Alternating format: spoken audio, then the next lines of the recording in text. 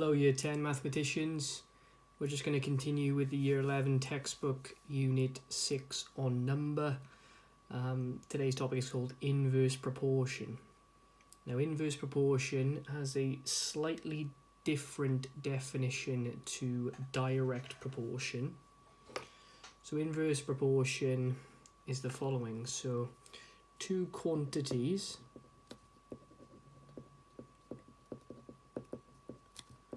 are in inverse proportion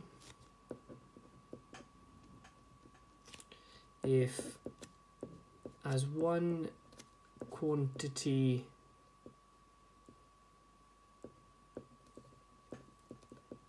increases, the other quantity decreases by the same amount. So it's completely different to direct proportion, which would be if one quantity increases then the other one does. This one is if one quantity increases then the other one decreases. And some notation, if you've got y is inversely proportional to x, then the shortest way to write that in mathematical symbols is y, the direct proportion symbol, but not x, because this inverse is 1 over x. And that would be the shortest way to write that.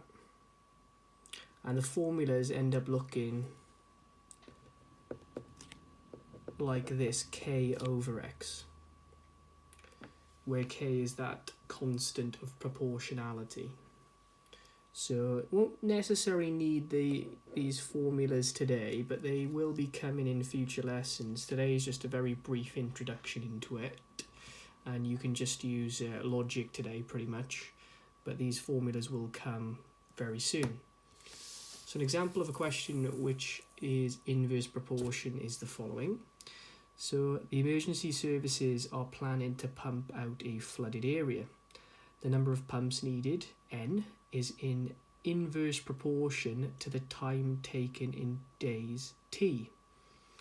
Yeah, because if you increase the number of pumps pumping the water away from this flooded area, that won't take longer then to actually get rid of the flooding. It will shorten the time. So that's why as one quantity increases, in this case another quantity decreases. They give you some information. It'll take 6 days using just 2 pumps, and you're asked to find how long it would take using 4 pumps. So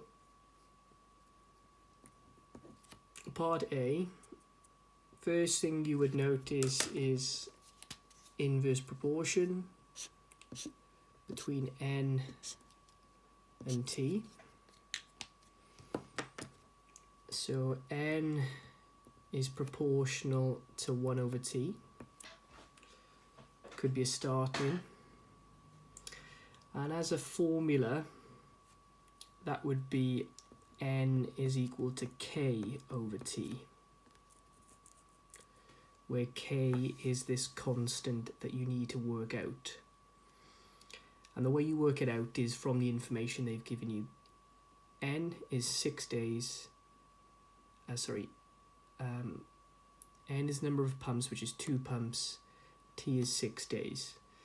So 2 pumps over 6 days gives you k is equal to 12. So the formula is n is equal to 12 over t. And that would be the formula to work out the number of pumps for any given number of days, effectively. It says how long will it take using 4 pumps. So if you replace the letter n with 4, 12 over t, and if you solve that by times in by t and dividing by 4, you'd get 3 days, which makes perfect sense. Okay, if you doubled the number of pumps, it would take half the amount of time, which means some people can just do that in logic, saying 6 days equals 2 pumps.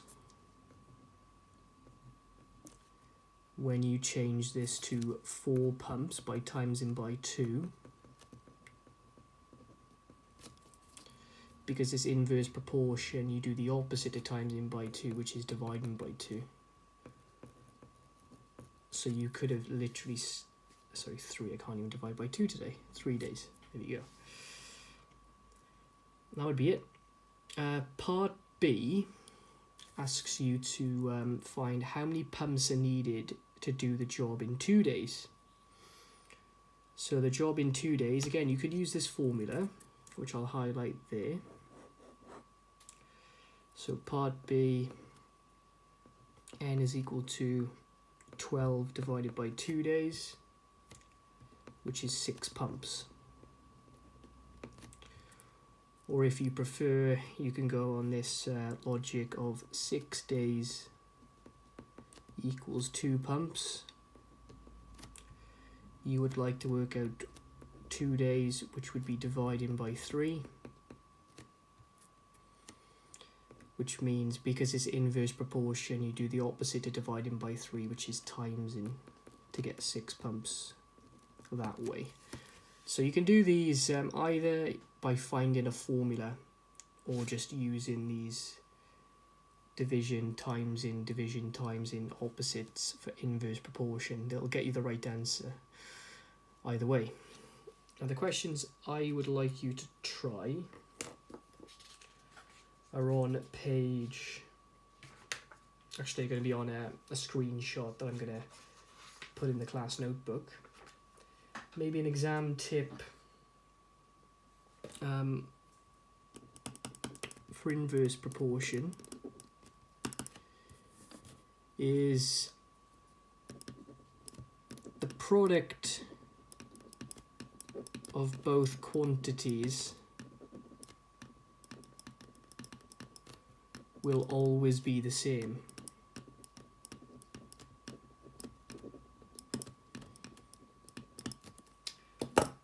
What I mean by that is, if we think about the initial things we were given at the start, 6 days, 2 pumps, as the quantity 6 and 2, so 6 times 2 is 12. In part A, we had the quantities 4 pumps in 3 days. 4 times 3 is 12. And in the last one, we had 2 days and 6 pumps. 2 times 6 is 12. The product is 12 in every single one of these. And that only works for inverse proportion. Okay, only works for inverse proportion. And that's pretty much it.